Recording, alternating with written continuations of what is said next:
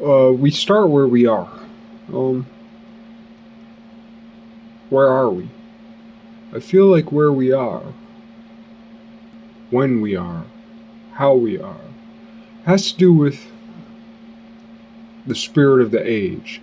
Sometimes people call that the zeitgeist, but I prefer the spirit of the age. But spirits of the ages harmonize. This age was with that age, from this place to that place, between places, between spaces and times. These spirits over surfaces, spiraling through times. The spirit of the age. And I feel like where we really are, so far as the spirit of this age goes, harmonizes with the spirit of the age of Abraham specifically. I don't feel as though we harmonize with the entirety of Abraham. I believe this exact moment we harmonize with Hajar and Sarah, Hagar, Selah, Selai.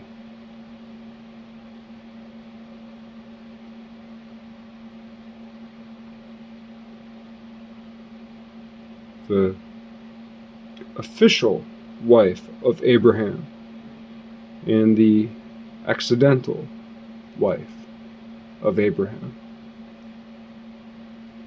And the traditions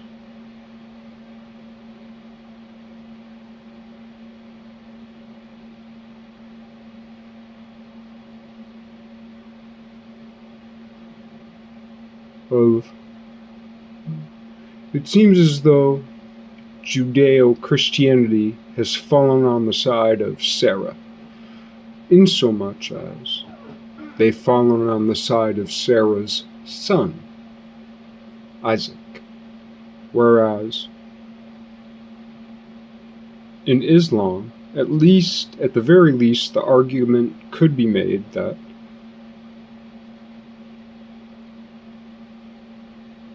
the spirit has fallen upon Hajar and Ishmael. Abraham, Sarah, Hajar, Isaac, Ishmael.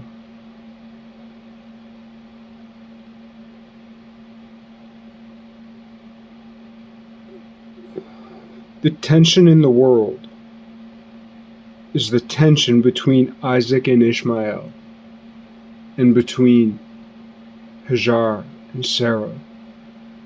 That is the tension in the world. It displays itself in different ways. So far as the covenant with Ibrahim, is concerned, so far as that covenant, that fundamental covenant, sanctified beforehand by the priesthood of Melchizedek, that blessing, the blessing of Melchizedek upon Ibrahim before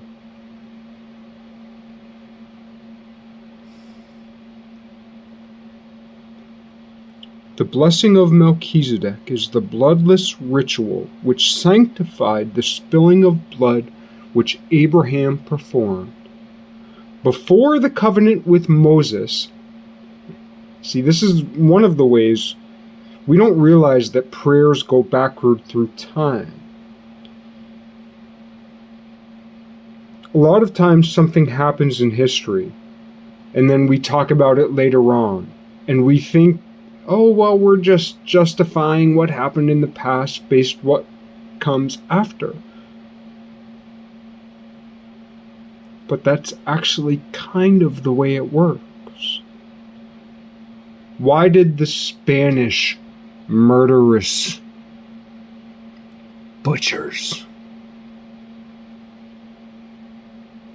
Why did the Spanish butchers, so closely associated with the Inquisition, come to the Americas?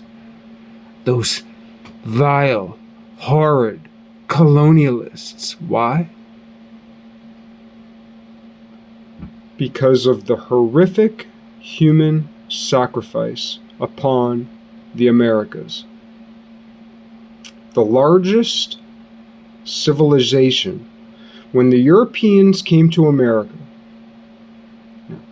why did the colonialists come and hurt the natives of the Americas? Now, I'm not endorsing it, you know. Far be it from me to say that, like, I'm such a brave person on any side of this. I'm just trying to look at it from a God's eye view. I'm trying to. And what I see is this, from my perspective. And I'm very glad for you, smarter than me, to take me down, to take my ideas down. This isn't necessarily an assertion, but I'm trying to look at the object of history. John Carr, what is history? Is it John Carr?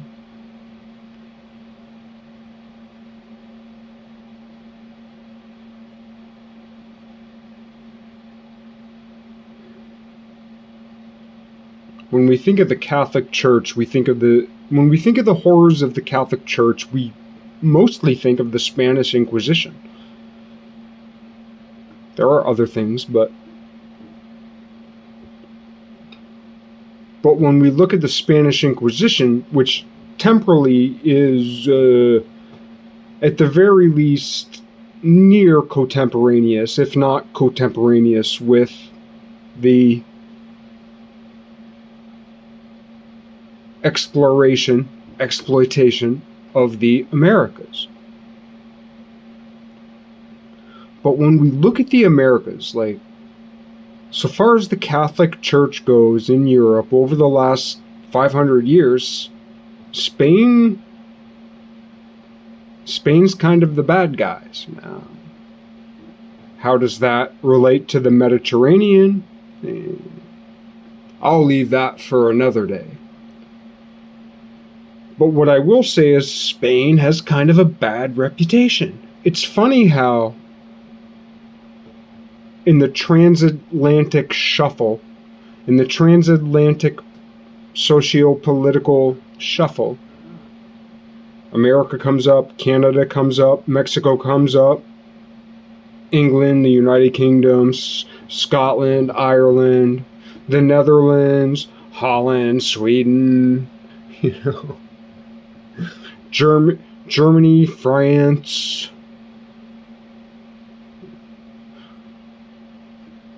maybe even Portugal. But it seems like Portugal and Spain, like, in the news, in the New York Times, whatever. Like, we hear about all the European countries, we hear about all the American countries, North and South America. We even hear a lot about a lot of African countries, and there's a lot of African countries, you know, and they're important, you know. But Spain seems suspiciously absent.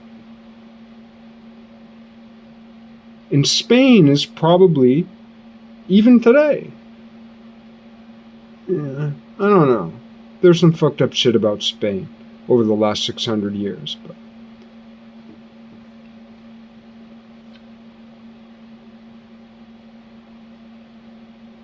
and it wasn't just Spain. When Spain, Italy, Britain, France, when Europe moved to the Americas, it's like, oh, colonialism, this, that, whatever.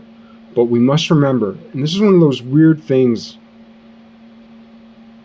about, like, just at the right time. So we took these colonial murderers from Europe and they came to the Americas.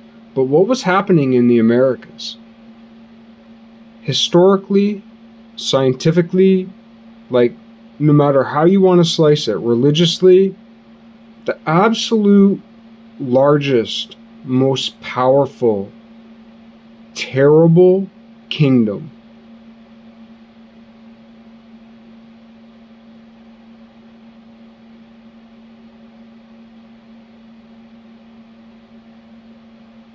The most terrible, terrifying kingdom on earth existed more or less around Mexico City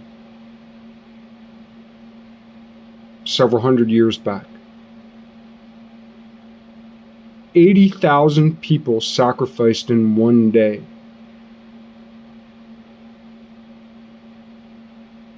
So they say. And that was part of a nation and part of a city of millions. The biggest civilization in the Americas was a human sacrificing system.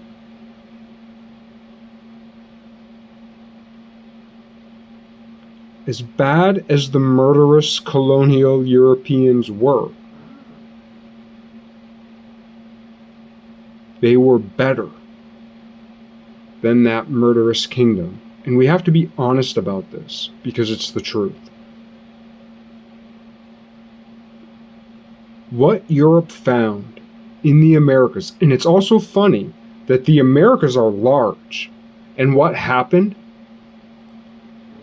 The tactical murderousness of Europe, backed by all of Greek, all of Turkish, all of Christian, all of Western and Mideastern philosophy of religion, philosophy of history, philosophy of war, collapsed upon an expedition. There were a handful of expeditions that went to the Americas, a handful that we know of.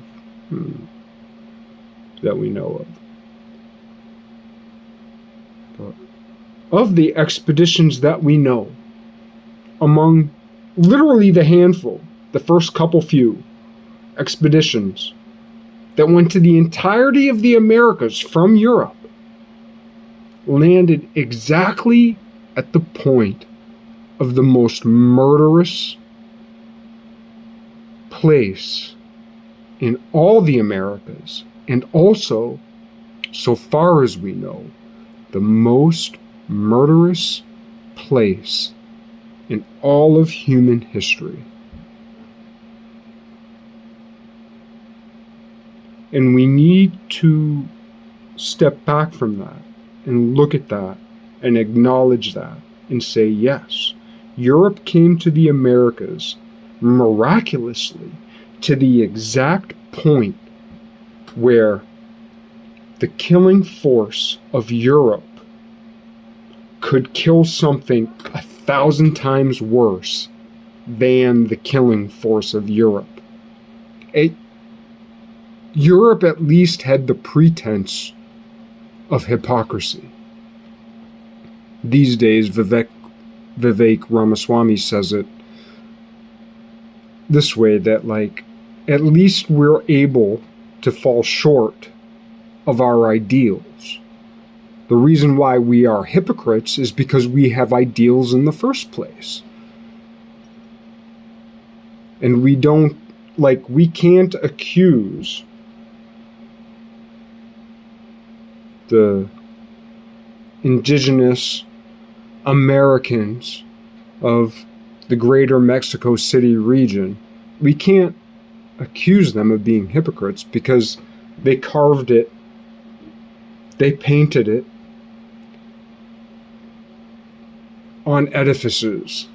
It was inculcated,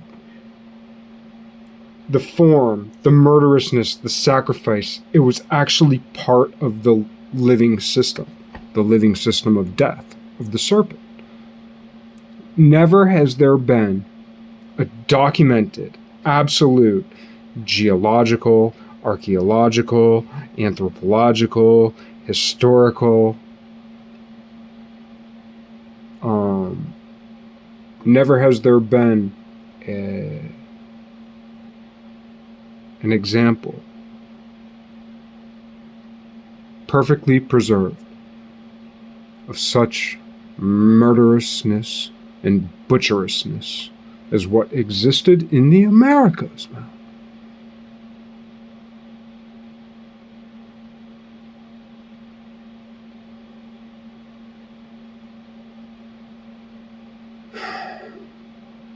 That's a hard truth. It sucks.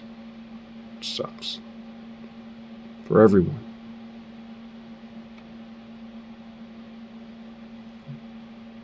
And I hate to say it, but like, somebody's got to say it, no matter what you look like. But like, even slavery wasn't as bad as what existed in the Americas before Europe came.